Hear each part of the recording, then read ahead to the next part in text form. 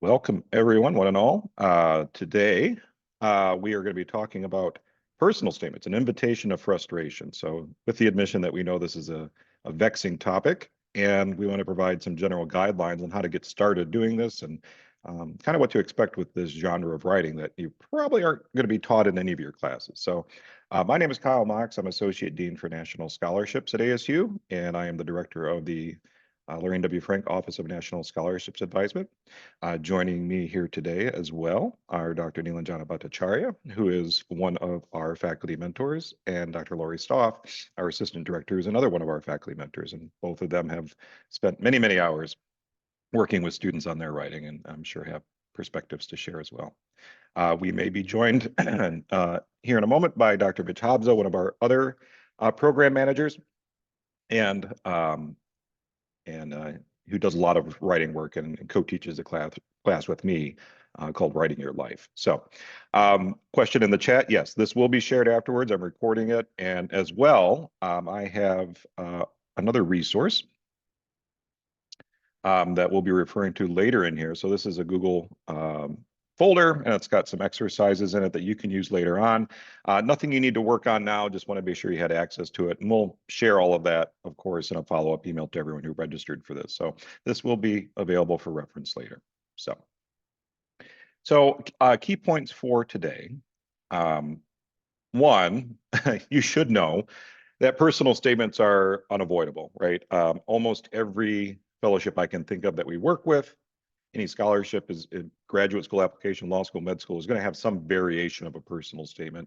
The specific prompts might change, the length might change, but by and large, they're going to have some variation of a personal statement. That's kind of a convention in these sorts of fellowships. So know that this is something you have to deal with. They are difficult to write. Nobody's really sure what works well. You probably haven't read any before. If you go online and look, the advice, honestly, on most places online is pretty generic. It's a challenge, right? Because you haven't been taught to write like this before. And the good news is we are here to help, right? So Dr. Stoff, Dr. Bhattacharya, Dr. Hobbs, and myself, Katie Salgado, and Shay Masterson, all in our office, are here primarily to help you write these kinds of essays because we acknowledge that they are difficult. And the third takeaway to keep in mind is that you should plan to devote significant time to this process. This is not a paper that you're writing for one of your classes that you try to scramble and write just good enough the night before. I've read somewhere that the problem with writing at the university is that we promote good enough writing, right? Good enough to get a B-, right? When we're talking about national scholarships and fellowships, it's a yes or a no, right? Either you win the award and you get the money and the experiences and the prestige, or you don't, right? So there's no such thing as good enough. It's either great or it's bad. So that's going to take some time. It might be a foregone conclusion that we all know what we're talking about when we say personal statement, but obviously it's a short personal essay. And a lot of people will unpack that idea of personal a little bit. It's almost always required for admissions of some kind.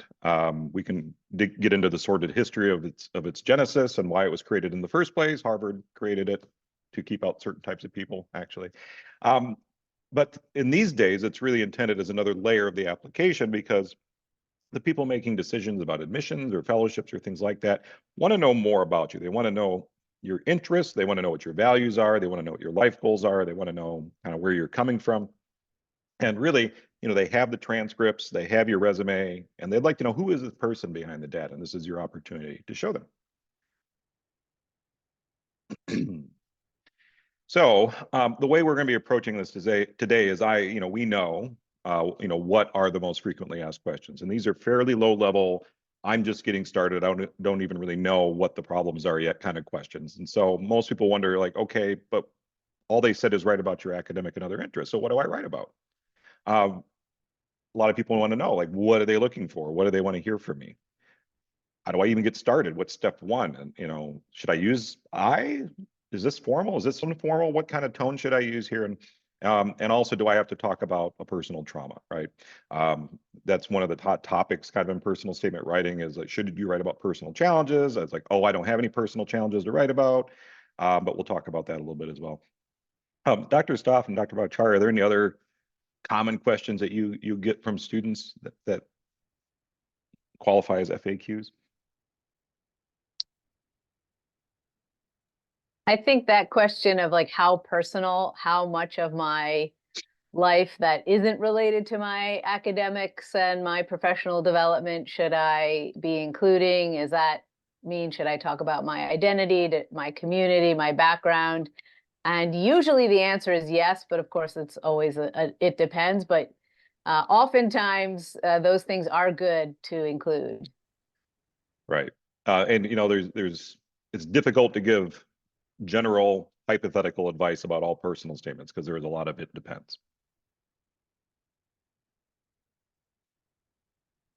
So first you need to think about what goes in this, right? What is the content of a personal statement? Primarily, they want to know what's motivating you to apply for whatever it is you're applying for. That's kind of the first question is like, why? Why do you want this? It seems like an easy question to answer, but the chances are good that your immediate answer is probably the same as almost everyone else's answer. It's like, well, I could use some money for school. So you need to go deeper than that, right? They'd like to know more about your relevant activities, your leadership roles. Most scholarships or fellowships have some selection criteria that go above and beyond like good grades, right? They want to see what kind of leader you are, what kind of social issues you're involved in, how are you going to help promote this particular fellowship's missions? And of course, they'd like to know, what are you going to use this for? Exactly. Where are you going in life? What are your future plans? What are your career plans? And this is probably the part that most undergraduates struggle with. It's probably the part that most grown professional people struggle with. What am I doing tomorrow? What am I doing in 10 years? But they'd like to know, how does this award or opportunity fit into your narrative? How does it fit into your arc? What will this enable you to do? And so a lot of people said, well, I haven't really decided yet. I'm like, well, yeah, I mean, that's true, but you can't say that, right? So you have to think, what are some potential future pathways? I tend to think of it as like the multiverse, if you're a Spider-Man fan. So what are some multiverse versions of your narrative, depending on if you win this award, right? Your personal background's probably going to come in there. Where you come from, what your family situation is, any kind of interesting events that happen in your life. They'd like to know what inspired this interest that you have. If you overcame any challenges, if you come from a part of the world or the country that's interesting or notable, anything, right? And part of the challenge then is figuring out, okay, what is it they would find interesting about me? So, and lastly, anything that we would call an irregularity, meaning if there's a gap in your resume or if there's a dip in your transcripts or something like that. A lot of times people will say, well, I don't want to talk about that because I don't want to dwell on a negative. And in fact, I think you should do the opposite. We typically advise students, I think you really should talk about that, because the narrative about how you overcame a serious illness, or had to take care of a loved one, or there was a financial crisis in your family and you came back from that and did well afterwards, that's more impressive than just simply ignoring it and them assuming that you just were drunk for a semester, right? So we talk through students a lot with how to address those kinds of sensitive issues. Excuse me. So where do we start, right? I'll tell you one thing: we don't just sit down and start writing. That way, the subtitle here was "Invitation to Frustration." That way of getting about this is actually pretty frustrating. So we're going to talk a little bit about, how do we get going? The theory that I take here is mise en place, which is a cooking term that means everything in its place. How frustrating it is to cook with somebody that just starts cooking and then has to go around looking for utensils, and then has to go around like, oh, I forgot this spice, or hey, where's the flour? Or even worse, that doesn't clean up while they cook, right? Instead, you need to have everything prepped and ready. You need to have all of your ingredients out. You need to have all your utensils and tools and everything ready to go. And that way you can just cook. And I really think that analogy between cooking and writing is quite apt, right? Because we don't skip to the end of a cooking process. There are stages of the cooking process. There are certain things you do at certain times, and certain things take different amounts of time and different ingredients and different skills, right? So before you get started, you should understand, what is your purpose here? What am I trying to accomplish with this piece of writing? And a lot of that depends on the audience. And so we'll talk about how to analyze the audience. And your ingredients. We'll talk about how to create the ingredients for this personal statement that you're putting together, and then putting that all together.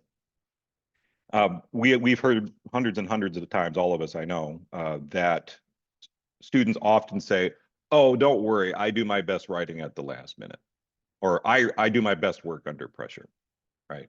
I usually challenge that claim by asking if they've attempted to test the opposite hypothesis, like, "Oh, so when you've had a big paper due, you've actually got started 6 weeks before the deadline, gone through ideation phase and revision and editing, and you've done that, but it didn't work as well as sitting up for 4 hours the night before it's due and writing it." And the answer is usually, "I don't know. I've never tried the other way." Right?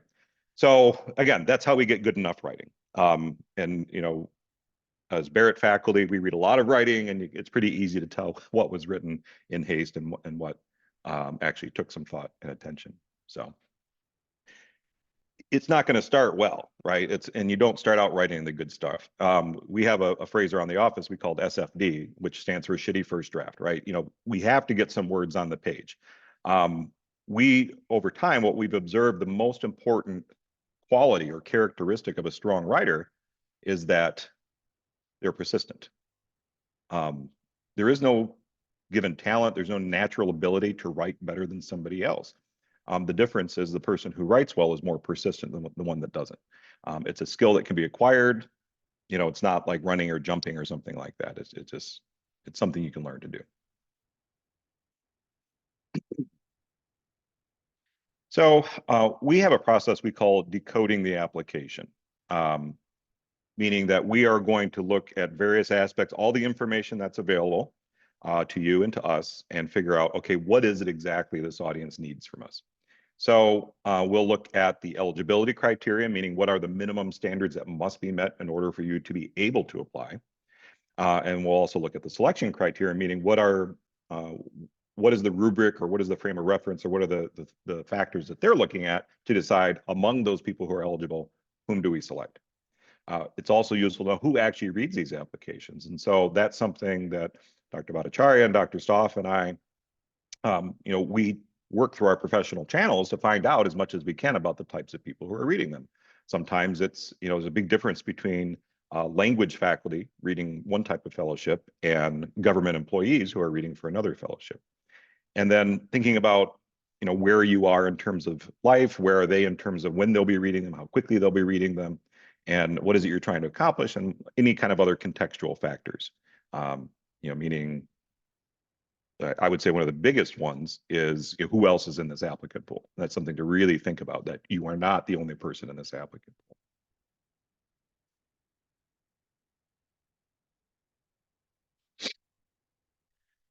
Again, I hesitate to generalize about fellowships because all of them are looking for different things. But if we were going to make an attempt at what do most fellowships committees look for in a personal statement, they want to know what your values are, and they hope that those values align with the values of the program. Most scholarships and fellowships are mission driven, meaning that they were created for a specific purpose, and that purpose is never to give away free money to students who want it, right? They are trying to accomplish a larger task, usually addressing a societal need, and usually promoting leadership in people, usually filling a gap in the workforce or something like that. So it's important as you decode to say, okay, what is the mission of this program? What are their values, and how can I map myself onto that? They'd like to know, how do you approach life? How do you approach problems? What is the way in which you think about the world? What motivates you? A lot of students in college, particularly honor students, seem to be motivated by a desire to excel in the field of outstanding achievement, and that's about it, right? But just wanting to do well at something for the sake of doing well at something is not the same as wanting to solve a specific problem or issue. And so sometimes that problem or issue might be personal to you, sometimes it may not, but they'd like to know what is driving all of these things that have made you a competitive applicant. What are those influences that have happened along your life story? And more importantly, the narrative, the third part of the narrative, is the future, meaning we've got our past, we've got our present, and they'd like to know, what is the future part of your story? So where are you trying to get to? What are you trying to do? And more importantly, what have you tried up to this point to achieve that goal? And the last one is surprisingly not addressed a lot of the times in fellowship applications, meaning, where does this award fit in? Like, how will this award help you achieve your goals? We're in the very early part of advising for a lot of big awards that will come due in the fall. And already I have students approaching and they say, oh, I want to go to England and study blank. I'm like, why do you want to go to England and study blank? Oh, I think it would just be fun to get out of the country for a while. I'm like, well, how does that relate to your career goal at all? Why is this the better choice? And so that's the kind of thinking we need to get into in these personal statements. Anything to add there? I guess I would just reiterate that last point, is that so often students write things based on what they think they want to tell the grantees or the grantors, excuse me, and instead of writing exactly what it is they want to hear about why this award is not just something nice that could happen along the way, but something that is absolutely necessary for them to develop the skills, the experiences that they want and need to get to the next step. So integrating that into all of your statements, not just your personal statement, but if there's a statement of grant purpose, is really crucial to a successful application.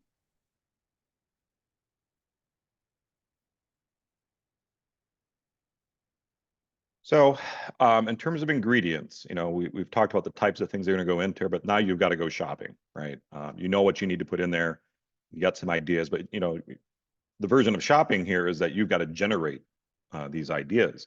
And like I said, sitting down with a blank page and just hoping that something comes out of your fingers is not the best way to go about this. It's the most frustrating way to go about this. So I'm not going to go into great depth for any of these exercises here. And for those that joined a little late, I've put all of these exercises into a Google folder. Any one of these or all of them are wonderful ways to get started on a personal statement. And so the first one is a personal inventory. That's the one we probably use most often, but it's really a way for you to unpack your personal experiences and personal background so you can just kind of put it up on the shelf and step back and look at the different parts of your life. So there's some really probing questions that start fairly basic and then get a little higher order as you move through. The personal awareness Mad Libs is actually a short, kind of fun one, and it's a very simple exercise where you fill in the blanks for a sentence that goes, because I grew up blank, I tend to notice blank more than other people. The idea there is that it's going to help you draw some connections between your own personal background and the things that you care about most, right? So myself, as somebody who grew up in a rural area, I tend to think about the price of things more than other people I've noticed, right? Or talk about money in rude ways. And so starting to connect those dots. Not everyone's going to be a winner, but maybe there are some things that you think of as normal, as typical because of the way that you grew up, that other people as you've gotten older, you notice don't seem as concerned with. The mission statement exercise aligns with the reading, but it's really, we advise that you sit down and write a mission statement for whatever text you're going to write before you get going. One of the exercises we love to do is called inciting incident, meaning I almost think about it like the superhero origin story. Every great superhero has an origin story. Sometimes they reboot the film 4 or 5 times, as in the case of Spider-Man and Fantastic Four. But this idea of like, was there a single incident that started this narrative into its present shape? And for a lot of people, that may not be true, right? A lot of times people feel like they have to contrive an aha moment or an epiphany that they had. We're like, aha, this is why I want to be a physician. Maybe it happened over time. Maybe it evolved, and that's perfectly fine too. You may not have an inciting incident, right?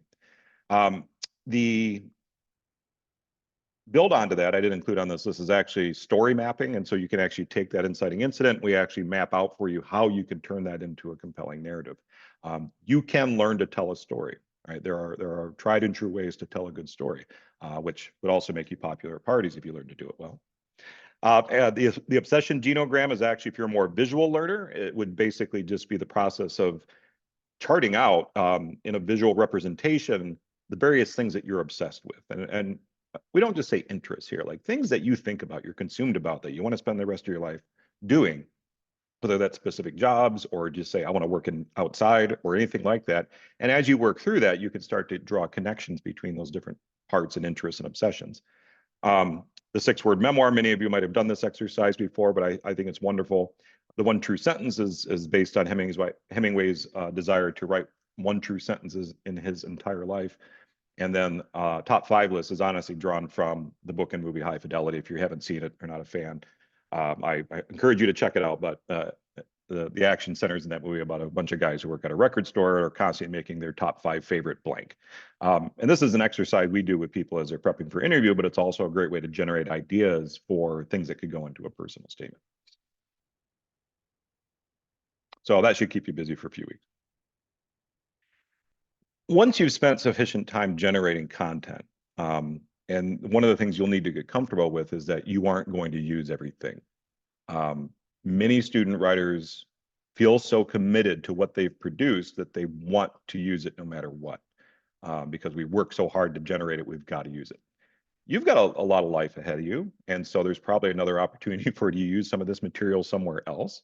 You've got to make decisions about which of these is going to be the most promising, and that's one of the things that we're very eager to help you with as we come to us and say, okay, I'm applying for the Gilman Scholarship.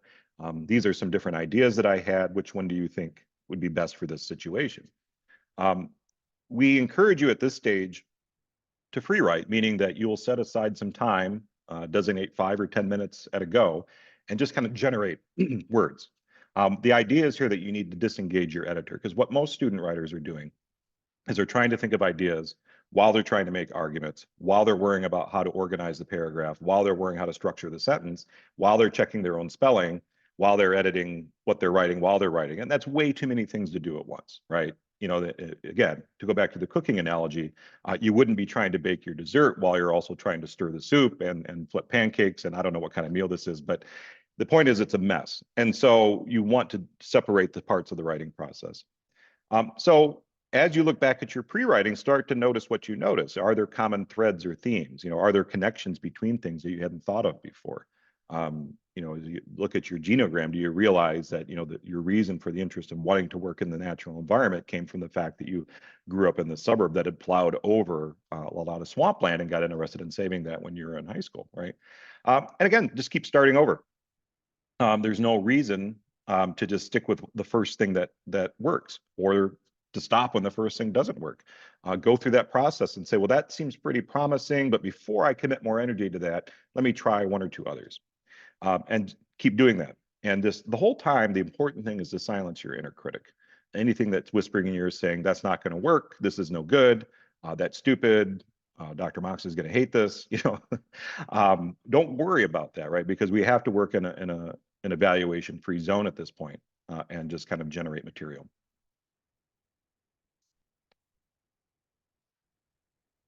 And I had mentioned Dr. Hobbs before. He just has joined us as well. So one of our other advisors who spends a lot of time working with students.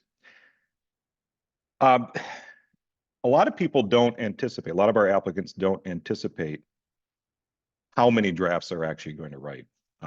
We don't always track it, and it varies quite a lot from applicant to applicant. But a few years ago, we did an attempt. We attempted to estimate, and we noticed that on average, successful Fulbright applicants wrote, or at least had reviewed by us, 7 drafts. I think that's probably a little low compared to the number of actual drafts written. And so if you think about the amount of time it takes to write 7 separate substantial drafts, that's a period of several weeks, if not months, right? A lot of times students will send a draft to one of us, we'll meet, we'll make comments on it, and then they send a revision back the next day. I don't think there's been enough time for you to really think about this, right? You need to reflect between drafts. As you revise, focus in on one specific aspect. If you just try to revise the whole thing, you could get overwhelmed and say, okay, well, this draft, I'm really going to focus on this introduction, or this draft, I'm having a lot of trouble with this transition between this part and that part, I'm going to focus on that.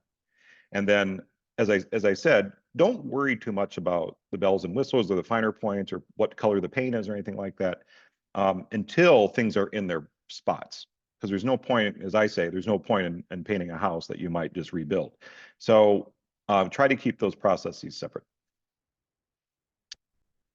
Get the words on page is what we tell people a lot. You can sit around and ask questions and theorize and think to yourself, well, what if I did this? And what if I did that?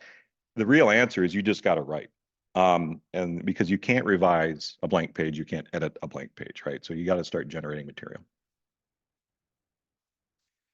thinking about how should we go about this, right? So common questions we get is like what tone to take, what approach to take. We would recommend a relaxed professional voice, meaning that it sounds natural. If you were to read this aloud, it would sound like you. It would sound like you in a professional situation. Um, it's typically written in the first person. It's damn near impossible to write a personal statement without using I. If it was written in the third person, it would probably be awkward, considering the topic is you.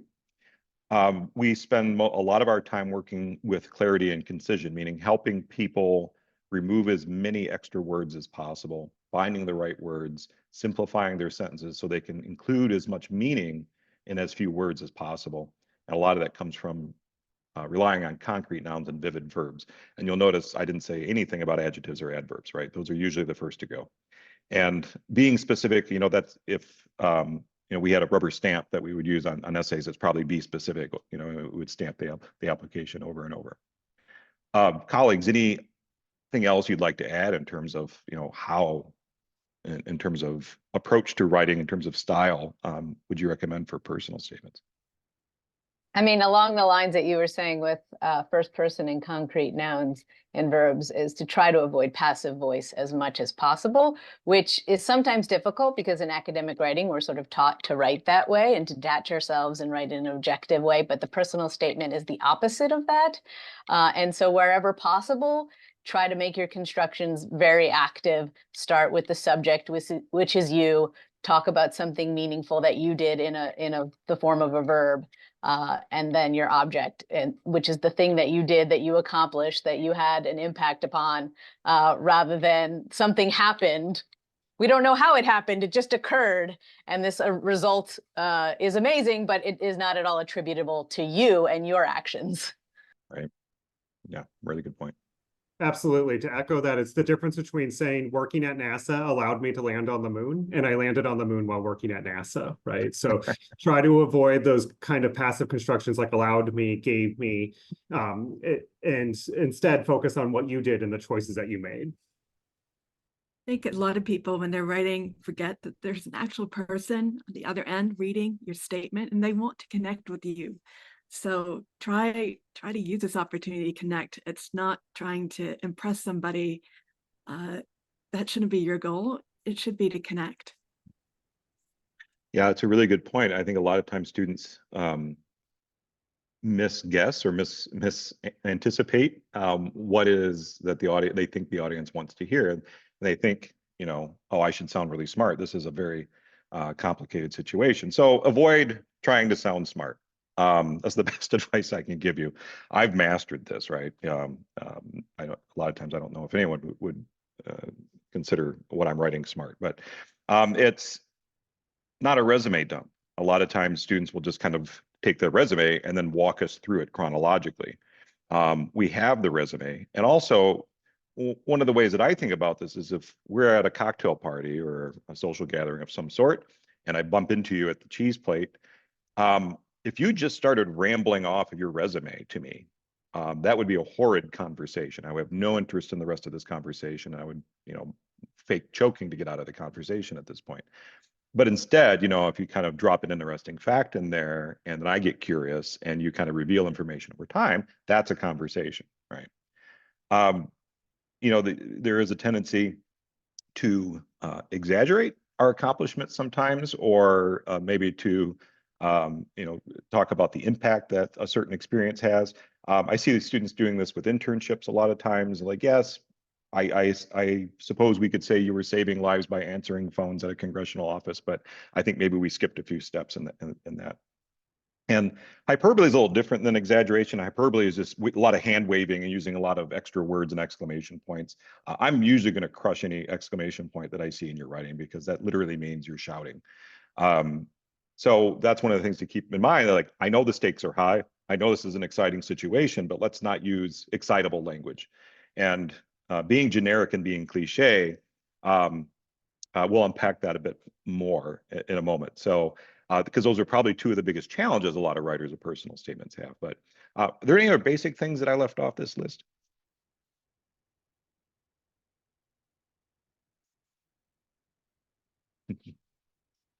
So generic, what we mean by that is that you have said something that another applicant could have said, or even worse, almost any applicant could have said. Part of that, and part of the reason that happens is that we haven't thought a lot about the audience, or the context, meaning who else is applying for this. If, for example, if you're applying for something like Fulbright, which is going to provide a funding for a full year in another country where you get to teach or study or go to school or conduct a research project, making the claim that you find international travel to be fulfilling is not unique, is not interesting at all. It's actually what every single person in the competition would claim.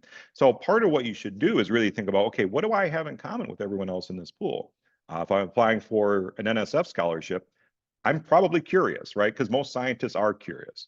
I don't think I found a scientist yet who's incurious, right? It's like, who cares? What reasons would any reasonable person give for this opportunity? Like expanding my horizons, getting out of my comfort zone, anything like that. And then, saying that you value truth, or saying that you value cultural exchange, again, depending on the context, that's something that most other people would probably say too. Colleagues, any other examples of genericism that come to mind? Having passions. Passions, yes. I think just to also go back to something Dr. Mox was talking about earlier with regard to showing the readers that you share the values that the particular competition is looking for, but you never actually want to just say, I am very hardworking, or I share the value of democratic, government, or I feel very strongly about international cooperation. Instead, you want to demonstrate with a specific example something that shows you possess that without using those words, because those are the words that are the cliches, right? Those are the things that any other applicant is going to say, but your specific experience that demonstrates how you engage with those values will be unique to you. Yeah, I'd like to amplify that, like always default to example whenever possible. So sorry, Dr. Hobbs, go ahead. It's okay. We're all just so excited to share examples. So I think one of the key things is thinking about, can this be copy and pasted into someone else's personal statement? Is this something that anyone could say? And if so, best to avoid it. Now, other types of cliches, we know what cliches are. It's a common or worn out phrase. And part of the reason that it's worn out is because it's true, right? It's not an untrue thing that you're saying. It's just that it's so true that everyone has said it. And so there's a lot of phrases like that. What's cliche in one situation may not be cliche in another situation, right? And so, for instance, if you're applying for a STEM award, your interest in cross-cultural collaboration might not be a cliche, but if you're applying for an international program where you're going to be studying foreign languages, that would be a cliche. That's what we would assume from the majority of people. And so it often comes from a lack of audience analysis or context analysis. So a few that just came to mind as I was throwing together this slide. And let me tell you, if you want to have some fun, search for study abroad cliches on the internet and see what kind of images come up. It's hilarious. But I don't know how many essays I've read that start with that, because we feel like we must start at the beginning. And if you want to demonstrate to somebody your undying or unwavering commitment, that comes up a lot. ChatGPT really likes unwavering commitment, I've noticed. That's untrue. Like, nobody has always wanted to be a bioethicist, right? At some point you probably wanted to be a ballerina or a firefighter or something like that. Growing up, I had a typical childhood. And if that is true, then can we please not talk about it? Because nobody wants to read about a typical childhood. It's not interesting. And again, as Dr. Bhattacharya said, if you start getting into passion, again, you're telling us, when instead, by the time we're done reading what you've written, we should say, that person's really passionate about this topic, right? Any other greatest hits from the cliche vault?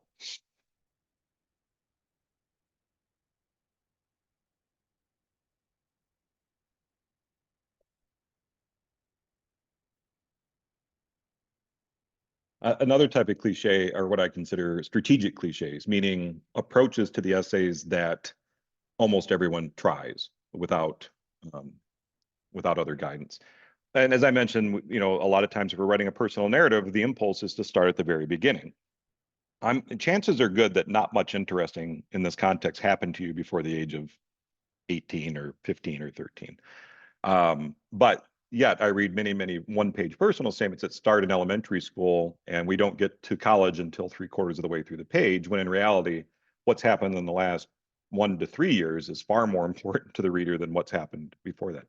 And that's normal to do that. But then we might want to say, okay, now that I've written this out, where is the story? Where does the story actually start? What is the interesting bit? And also, do I have to tell this story in order? Many movies start with flashback. It's a really well used approach, that maybe we start with an incident more recent, and then we take what I call the Ratatouille approach and say, I bet you're wondering how I got here, right? And we kind of back up and fill in the backstory. Many of you were taught in your high school English classes that you have to have a hook. One of the most popular hooks is starting with a personal anecdote. Personal anecdotes are great if they have a purpose, right? And a lot of times people feel obliged to write them, and they eat up 2 paragraphs and we've only got half a page left, right? Because narrative writing is not easy to do in a short space. It does take some time to get it done well. Maybe it doesn't connect to the overall point that much. Maybe it's just being done because that's what you've always done, right? Any kind of cheesy hook, any kind of thing like that, that you think would have worked well in 11th grade English is probably not going to work so well here. And not necessarily because it's bad writing, but because the majority of other applicants are going to do something similar. And you will just disappear into the crowd. And these people are reading hundreds of essays. And if all of them start with a short personal anecdote about growing up on the farm, then you are not going to seem any different than the other applicants. And the other one I would call is humble bragging. And that's really just a variation of the resume dump, that it seems like you're telling a story, but each paragraph actually is just focused on one of the things from your resume. And you're kind of shoehorning your resume into the narrative, as opposed to telling us really about, what the story of you actually is. Colleagues, anything to add here? I just recalled another terrible cliche. I'll never forget the time that. Right. Yep. And again, it's just wasted words too, right? Just get into the story.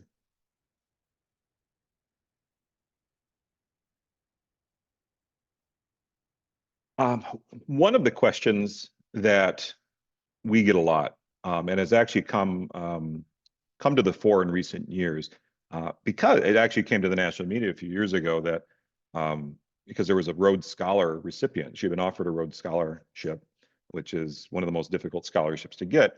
And somebody anonymously whistle blew on her to say that the personal events that she had described in her personal statement were in fact untrue. Now, how this person knew what was in her personal statement, I don't know. Why they feel compelled to do this, I don't know either. And the university that she was at felt compelled to actually begin investigating her life to see if the personal traumas that she had described in this essay did in fact occur. They actually withheld her master's degree until they could complete the investigation. Ultimately, the student was so insulted that she threatened lawsuits, decided she did not want a Rhodes Scholarship anymore if that's the way they were going to act. And eventually, the university found no wrongdoing and granted her degree. But they were going as far as to look up medical records and all these other things. If this seems extreme, it's because it is, right? But it started a conversation about performative trauma, this feeling that every time you're applying for a competitive opportunity, whether it's grad school, medical school, fellowship, something like that, that you've got to talk about some challenges that you have overcome. It's a difficult conversation to have. And what I lead with most of the time working with students is, this is your story. You decide what you tell and when, right? Don't listen to well-meaning friends and relatives that tell you to start with this. If you don't want to be identified as this, that's fine. But also know this audience has read the stories of a lot of people, right? And they're open and they're looking for empathy and understanding. So they aren't probably going to label you as your trauma, but why you're telling the story matters more than what's in the story. Meaning, if you want to share a trauma, or if you want to share a challenge or an obstacle that you've overcome or something like that, be sure that you're doing it not just because you're checking that box. You're doing it because it explains your motivations, it explains your values, it explains your career objectives. It helps describe why you do what you do or who you are today, right? So one of my friends who actually is a director for one of the major fellowships calls it performative trauma, where people feel like, okay, I have to act out this traumatic scene.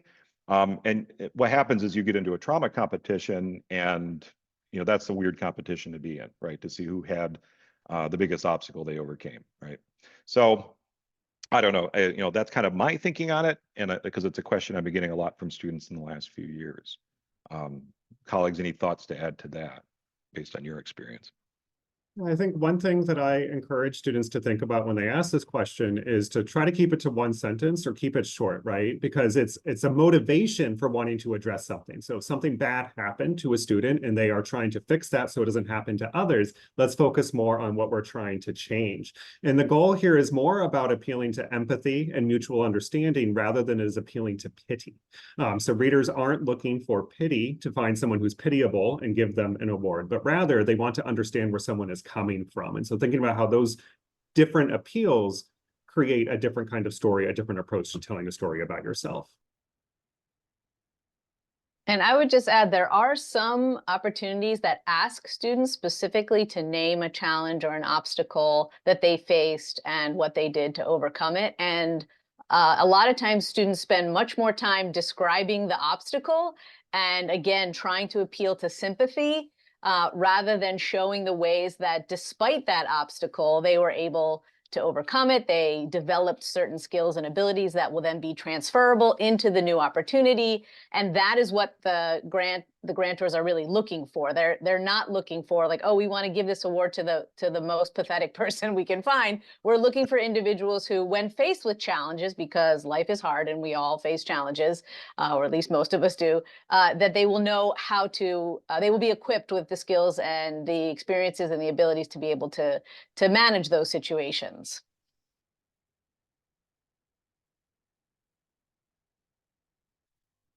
And just get used to the idea that, we actually never say final draft. We say submitted drafts. Deadlines are like babies, right? They're coming whether you're ready or not. And whatever draft you submit is your submitted draft. You could have kept revising forever, right? And so this meme's actually true, because I get students all the time that send me a file that's labeled final draft, and I'm like, it's not the final draft, right? Maybe it's the final one you feel like writing, maybe it's the final one I'm going to read, but it's always in a state of flux. It's never ending. It's circuitous, it's iterative, all these things. So know that we are here to help. And so the ONSA website, onsa.asu.edu, there is a database there full of opportunities that you can look through to see what could be a good fit. And if you're not sure, that's fine. Just identify a handful and we can work together to figure out what's actually a good fit. Because again, one of the things we help people do is decode these applications, right? It's not always as clear as the simple bullet points on their websites. And when you're ready to schedule meetings with us, you can do that through our website as well. And if you're not on the bulletin, I encourage you to get on the bulletin. That way you'll know what's coming down the pike. And speaking of which, some of the heaviest, dutiest, or the most difficult personal statements actually are for these very competitive ones, like the Rhodes and Marshall. Just be aware that this is one of our earlier deadlines for the upcoming cycle. So April 15 is an intent to apply deadline for students who are currently enrolled at ASU. And then we'll be getting into the Fulbright process too, which is our largest program. And it's probably the most flexible program. Really a good fit for just about any student if they're willing to sit down and put in the work. But March 27th is our Fulbright Day event, so I encourage you to attend that. And we're going to have another Friday series. We just love alliterative things that go with Fridays. But we'll be taking a deeper dive into Fulbright concepts, and then you can actually start scheduling meetings with us for intakes and things like that. After March 27th. So great. I did want to save some time for a question, because I'm sure there's got to be some questions about personal statements out there that I and my colleagues can answer. You're welcome to pop it in the chat, or if you want to mute yourself, and you can do that as well.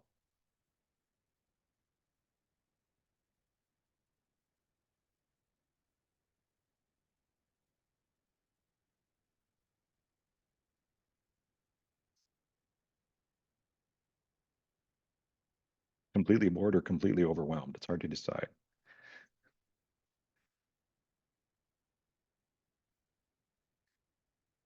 would anyone like to share what their biggest challenge or struggle is with personal statements? Because at this point, you've probably written at least one for something, right?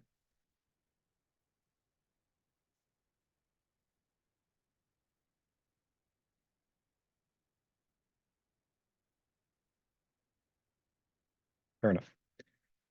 Personal. Yeah. So, good. So a personal example of a way to start a sentence that is not cliche or generic. Um, that's a tough one, right? You know, and flat-footed into a hypothetical example.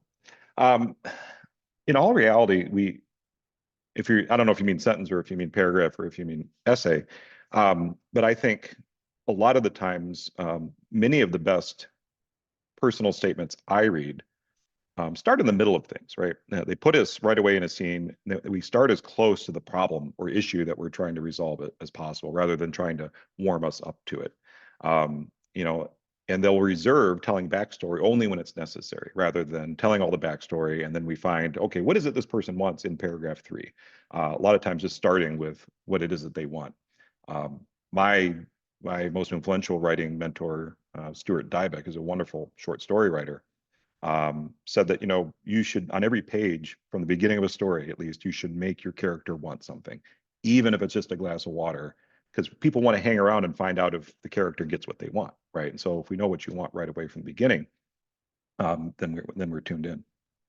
So Joshua asked, would you ever recommend reusing or readapting a personal statement from one application to another? Absolutely. Absolutely. You know, because it's you, right? You haven't changed. Your story hasn't changed, but that is with a big but of it, this isn't a copy and paste or a control find and replacing Goldwater with Truman, right? You know, you have to change it to meet the specific needs of this audience. But maybe some of the anecdotes or the things that you use in there can be readapted for their purposes. Colleagues, I don't know if you have any experience. It comes to mind with that, but I mean, I've seen it. I have a lot of experience with that because the types of opportunities I tend to work on are similar in their missions. Critical language study and foreign experience, you know, mutual cultural exchange are all sort of common themes, and students often want to just cut and paste what they've done before. And you really need to be very careful. You need to read the instructions very carefully and see what exactly the grant is asking for, rather than just trying to recycle those things, because oftentimes they don't fit, right? So that's the key, is take the things that do fit, tell the grantors again what they want to hear, not what you want to tell them.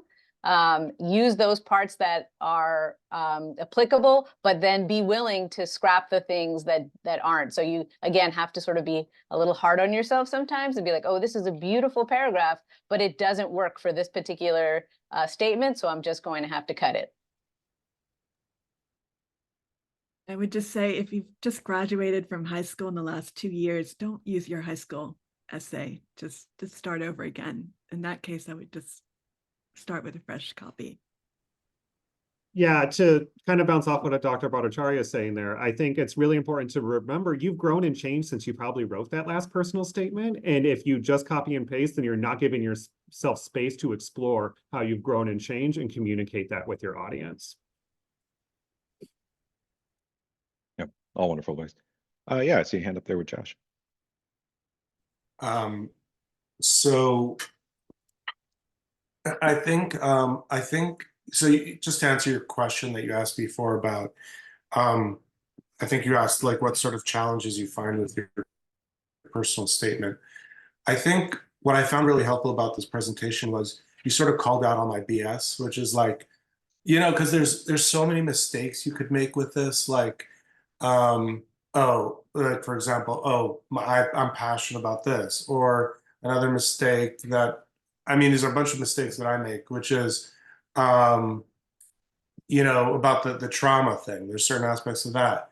So I think it was really helpful, you know, for you to go through these, and for me to also realize, like, Josh, you're not going to get away with any of these BS tricks that you're trying to, but I think at the same at the same time, I think this provided a way forward where you're saying, actually, there is a way forward. There is a way to do this, but maybe we're not used to doing this kind of writing, but there is a way forward. You just got to avoid a lot of sort of pitfalls. Mhm. Yeah, and I want to amplify something Dr. Hobbs has said in the chat. These aren't necessarily mistakes. The things that you write about being passionate about that, or this event being a catalyst in your life, those are true and they're accurate. But the challenge is that they exist within the context of 999 other applications. And there are, I tend to think that people are more alike than they are dissimilar. And a lot of people of the same age or similar backgrounds or similar education or similar goals in life are probably, if left undisturbed, are probably going to say some similar things. And so it's your challenge then to step back and say, okay, how can I make myself stand out in this context? The choices that I need to make to stand out. And it's not necessarily doing it better or worse. It's just taking a different approach, to speak to that audience. There's no mistakes, it's happy accidents, right? Cool. Any other questions or any other challenges that you all face when you're writing personal statements?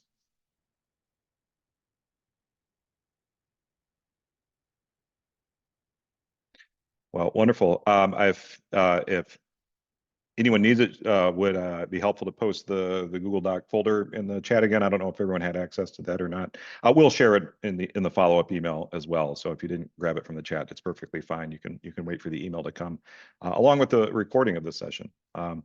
If you found this kind of stuff useful, and again, this is really kind of the low-level, entry-level guidance that we give with people. And as we start to get into the process, we've got a lot more in store in terms of Canvas pages and other exercises and just one-on-one and group-based feedback to really help you get through these different stages. But thinking back to our keys that we started with, I just would want you all to commit to this idea that this is going to be a lengthy process. It doesn't have to be a difficult process. It just should take some time to do.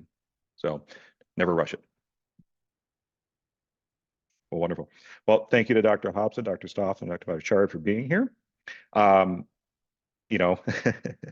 So, and thank you all for making the time. And again, we've got one more of our Fellowship Friday sessions, same time next Friday, and we'll be talking about harsh truths that will make you a better applicant. So that should be interesting, at least for some of us. So have a great weekend, everyone. And always let us know if you have any questions.